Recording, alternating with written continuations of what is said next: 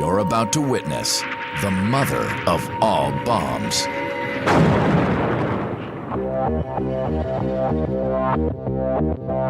At least, that's what the massive Ordnance Air Blast Bomb, or MOAB, has been unofficially christened by its creators. Well, it's tremendously powerful. This particular weapon is the largest conventional weapon ever built in the sense of the amount of explosive being carried.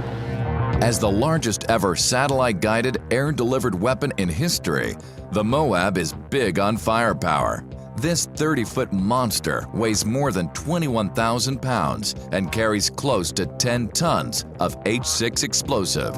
When they were testing it, people actually thought they were testing small-scale nuclear devices.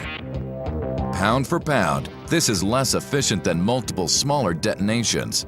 But the sheer destructive force of one huge blast, plus the psychological effect of the nuclear-style mushroom cloud, is undeniable. Good job. You drop one of these, and you can take out a large amount of a target in one big explosion, one big boom.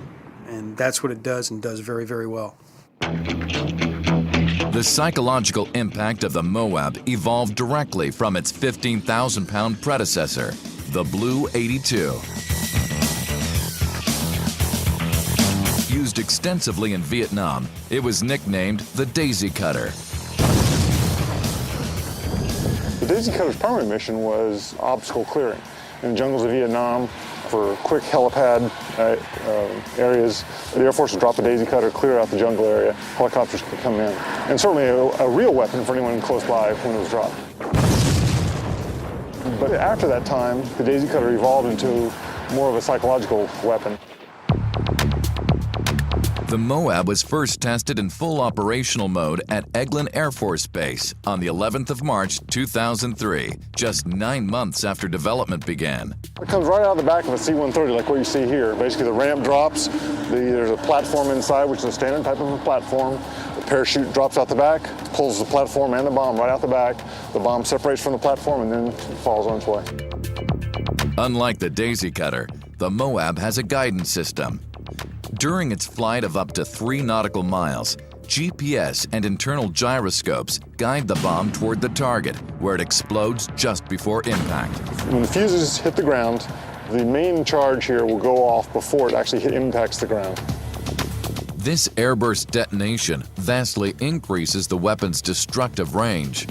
What we're doing is we're maximizing the blast, the shock wave, if you will. What we're not doing is just throwing a lot of debris necessarily up out of the ground.